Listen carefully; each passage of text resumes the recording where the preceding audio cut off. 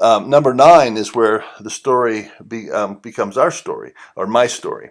So you have over here on the right, you have the story your, and then you have story my. And so this whole row represents a particular story that reflects the same way they tell their story. You have script yours, well, there's script my. I don't call it script my here on number 9, but I call it colonized because that's how I intend to tell my story is actually a movie called Colonized. So I will write my story sometimes on paper or on the computer. So ancient prophets wrote it on metal plates or on paper. Their story, their dealings with God. I will ultimately have mine represented in a movie called Colonized. So that's the likeness there, is that I'm also gathering my story, number 9, and telling my story through movies. So number 10, through movie craft. So they had the craft of perhaps calligraphy, of writing. So the people who are number 8, they had to, number 2, scriptures, they had to have certain crafts that allowed them to tell the story, maybe pounding out the plates or making papyrus, whatever they had to do. Well, I need to learn the craft, the movie craft. And so that particular room is a room for making movies, and then there's not just movies, but movies involve songs. So I like songs too. So another way, a craft that will help me do number 9 is songs. And I write my own books. So oftentimes before I even do the parts of the movie, I'm sketching it out. And so I'll have a book room. And so like if you're on a movie set, they'd probably have people writing up drafts of script and say, okay, here's what you say next, here's this. So books have their place in my life as well. And you see it lines up under number 5, book.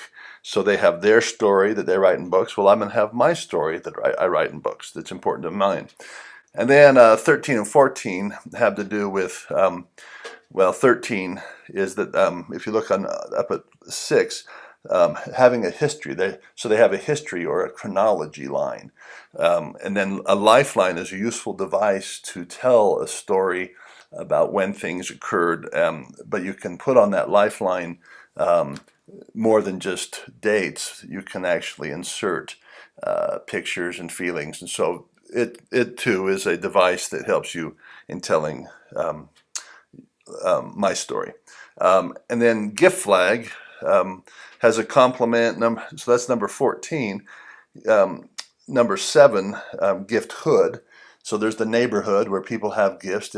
Your neighbors have certain gifts, but you have your own gifts. So I'm going to refer to that as your gift flag. That's outside your house, not just your hood, but you have particular gifts, and so those get expressed in the story. So they're a key part of the telling of a story. So if you're Harry Potter, you have certain gifts that Hermione doesn't, and you have other friends who have other gifts. That's the gift hood, but you have yours. And so those are the important elements, that row, 9, 10, 11, all the way to 14, in telling my story. And then there's our story. And so all of us have a social story, that is, that we join with others. And so number 15 is called Make Mighty.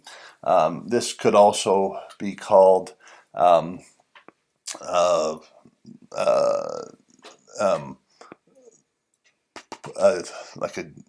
a journal or a history, our history together. I call it Make Mighty because my intention is to focus on the examples of the strong people in my life that I'm joining with or I've been part of, and actually God helps me be mighty by interacting with these people, so that becomes part of our story. So that one's in development. So number 15, You see it's in dark blue. Each of these are kind of coded. At least the dark ones indicate some action is going there, or if it's purple, those are just always going to be purple. They're key. Those are two key things with regards to this storyboard. Jumping over to 16, our story involves scenes, and so recurring events is what that's about. And so these are movies are made up of scenes. Scene this, scene that. So you're gonna have a love scene. You're gonna have a friends get together scene, and so there's kind of repeating scenes, and you can plug. You can see these in movies. So, oh, here comes the scene where they try on different clothes. Certain movies, and so we all have recurring scenes. So that helps guide my movie as to um, and so I can go into my scenes. What are my recurring scenes?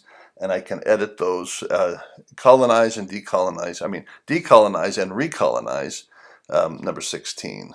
Okay, I have that labeled 16. I do. So now you can see they're mislabeled. So that's 16, and then this one should be 17, the F4 project.